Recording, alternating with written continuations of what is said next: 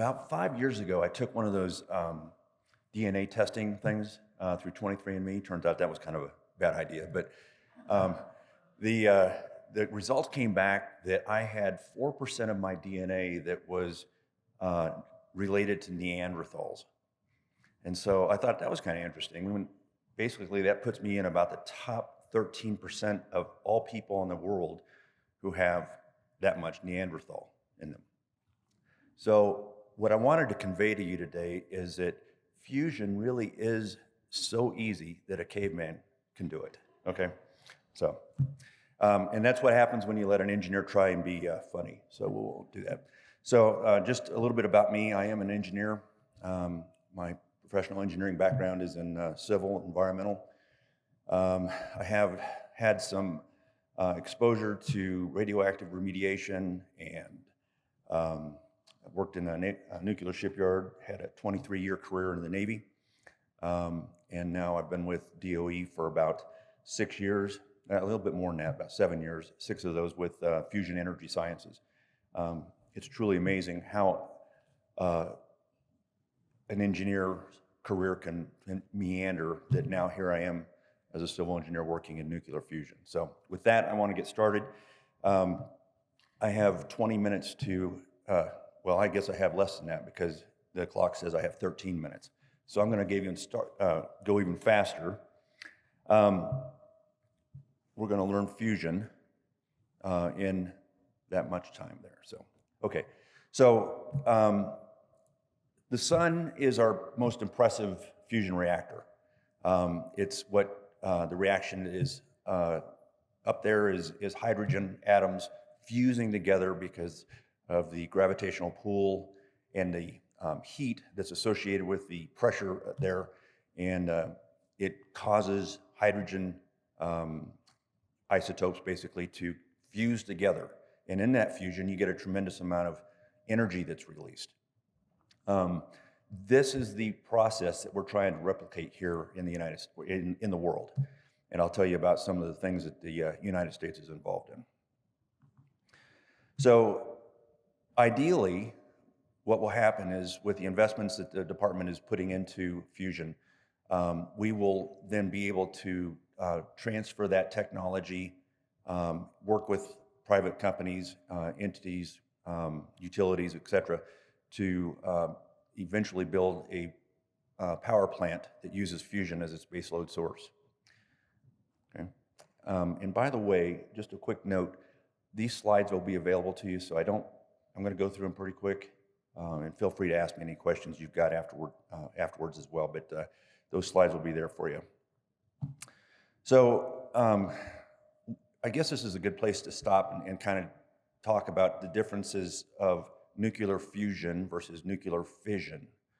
Nuclear fission, it's only one letter different, but it's actually the nuclear process that we currently have employed in our nuclear power plants here in the world, all around the world. It basically takes enriched uranium and other sources and splits an atom apart, and in that splitting of it, you get a tremendous amount of energy. And everybody's pretty much familiar with it. There's some concerns, a lot of concerns about that approach. The one aspect of it that I think is commonly appreciated right now is that it's a carbon-free source of energy once you get the plant built. Fusion, instead of splitting an atom apart, like I just mentioned with the sun, it actually takes isotopes of hydrogen, mashes them together, and fuses them. And in that, you get a tremendous amount of energy loss as well. But what you don't get is a huge radioactive footprint. In fission, you're usually talking thousands of years for the radioactive material to decay to a safe place where humans could have interaction with it. In fusion, we're talking about 150 years. And even in that, it's a type of radiation, it's alpha particles, that are less challenging than beta particles and gamma. So it's inherently safer to work with, and so that's something that we're excited about.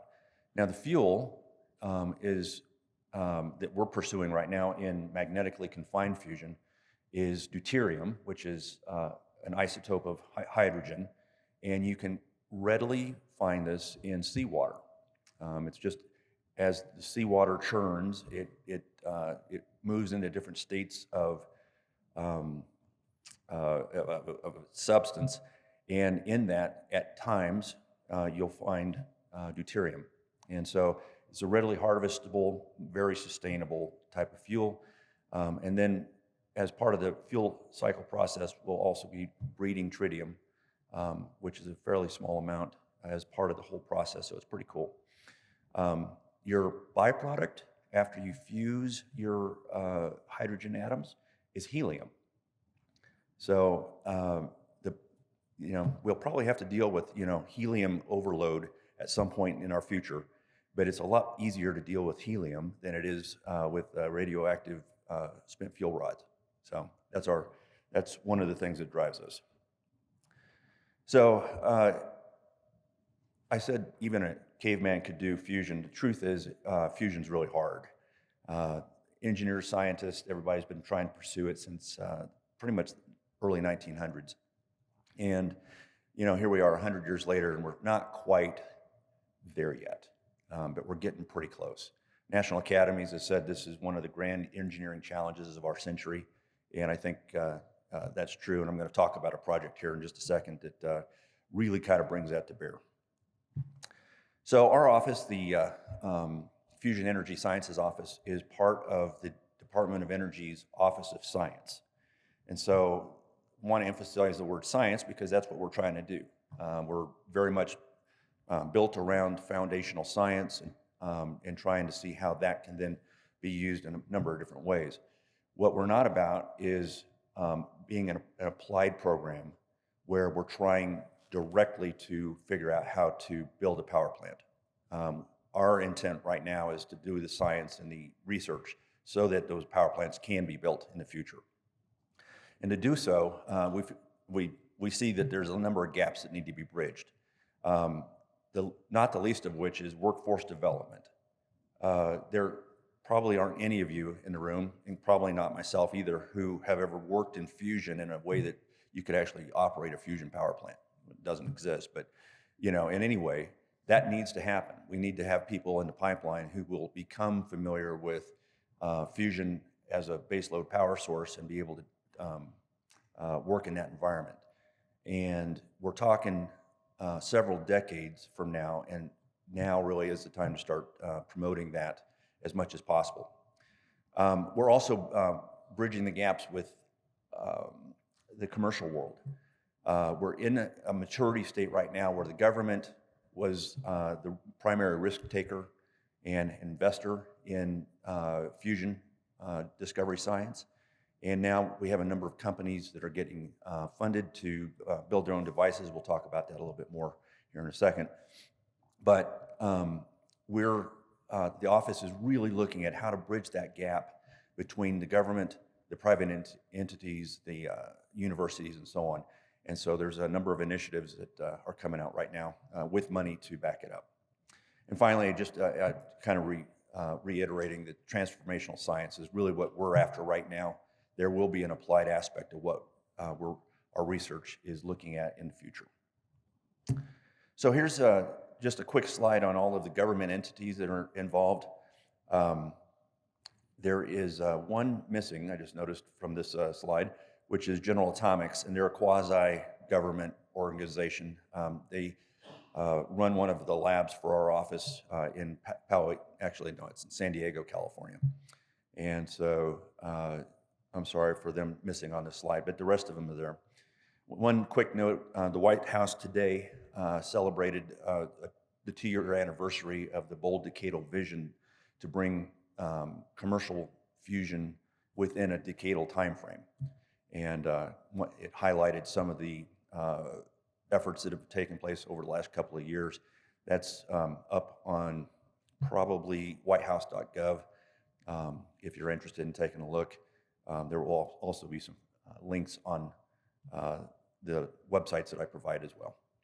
But it's a pretty impressive suite of opportunities, and it's primarily focused on partnering with external entities from the government so that we can get the commercial world ready to start doing fusion power on the grid. And so just a quick note on the private fusion piece of this. It's accelerated significantly. If you look over on the right-hand side, that's just a small list of all of the US-based fusion companies that are currently working on their own approaches to developing fusion power and or their suppliers who are supporting it. Within just the last couple of years, there's been about $6 billion in private funding. Some of that comes from big names like Gates and Bezos, but it also is coming from private investment firms and so on, and it's exciting to see that really ticking up.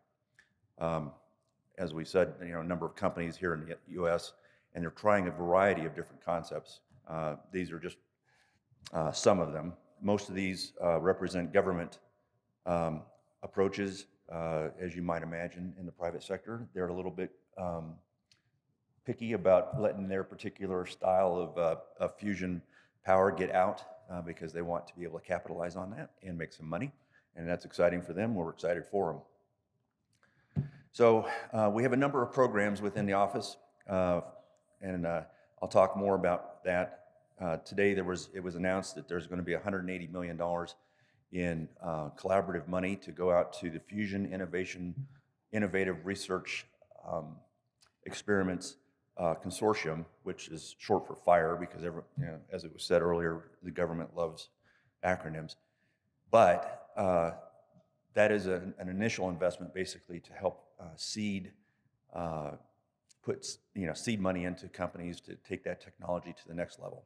And so we're looking forward to that. Infuse and the Milestone program also do that as well. They're all externally based. And then ARPA-E is significantly involved in trying to back with government loans some of these private companies who are taking significant risk and may not be able to go to your local bank and try and get a loan for doing fusion.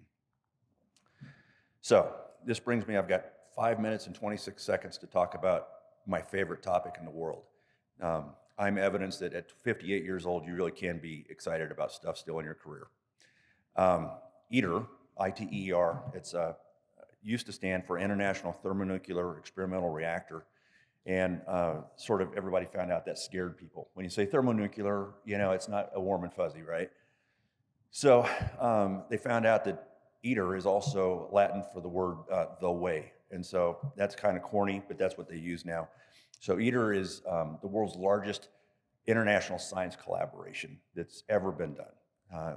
You're probably familiar with the Large Hadron Collider in Switzerland and France. It goes between the two countries. That's a very large project, but this is even bigger. And purposes are to develop fusion energy for the world and study burning plasma. So think about the sun again. The sun is a plasma of hydrogen isotopes that's burning. And so that's what we're actually going to try and replicate in this effort. It started back in 1985 when Gorbachev and Reagan got together at a summit. Both countries had been working toward fusion, and they said, hey, this is too big for any one country, and by the way, it would probably cause a war down the road if one had it and the other didn't. So let's take a look at what we can do together. In 2005, Energy Policy Act authorized the Department of Energy to get involved with it, and it was codified with the ITER agreement being signed by 7 different members, and I'll talk to that in just a second, in 2006 at the presidential and secretariat level. The agreement is a treaty for 6 of the members, and for the U.S. it's called a U.S. Congressional Executive Hybrid Agreement, which is basically a treaty that did not have to get ratified by the states.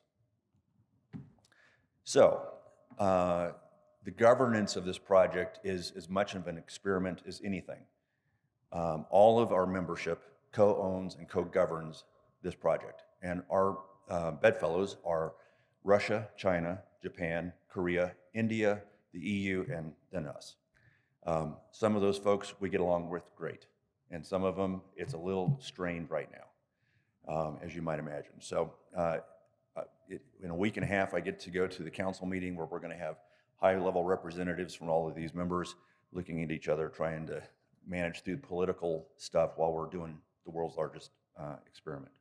But the mission of ITER is to demonstrate, like I mentioned, the scientific viability of fusion energy. This is both a good thing and a challenging thing. It's the first fusion device that was categorized as a nuclear installation. So all of these countries, including us, we're building this facility in the southern part of France. There's a lot of reasons. I'd be happy to talk with you about that with a glass of wine in my hand as to why it's in France. But part of the reason is because the EU pays 45% of the bill because it is in the EU, and that was attractive to the US because we only pay 9% of the bill, but we still get 100% of the intellectual property and all of the research that comes from it. So pretty good deal. We're leveraging it as much as we can. Just a quick slide on the site. In 2015, you can see a lot of dirt there. They were just starting to get the civil work underway. Here we are in 2024, and the civil work is nearly complete. It's pretty much equivalent to building a national lab, and it has gone pretty well. One of the things that we'll be first to tell everybody is we want to share everything we've got, including all the mistakes and areas that we would consider semi-failures. So lots of lessons to be learned. Just a quick picture. I'm going to run through these pretty quick. This, what you're looking at is the cryostat base. And so a cryostat is like the outside of your refrigerator. It's the thing that holds all the cold in. And so that's, you're looking down into the pit of where the future fusion reactor will be. And that's the bottom part of the refrigerator, if you will. It's almost 100 feet in diameter. Just to give you context, I can't point it out. I think there was a guy standing in one of the ports in there, just to kind of give it some context. But the tolerance going in there was 3 millimeters. And so as an engineer, that's a nightmare.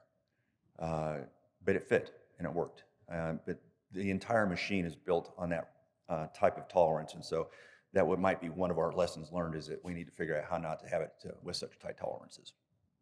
By the way, I'm down to 10 seconds. I'm going to click through quickly, but I'm going to take a little bit of extra time if that's all right. I know I'm standing between you and a beer, so I will hurry.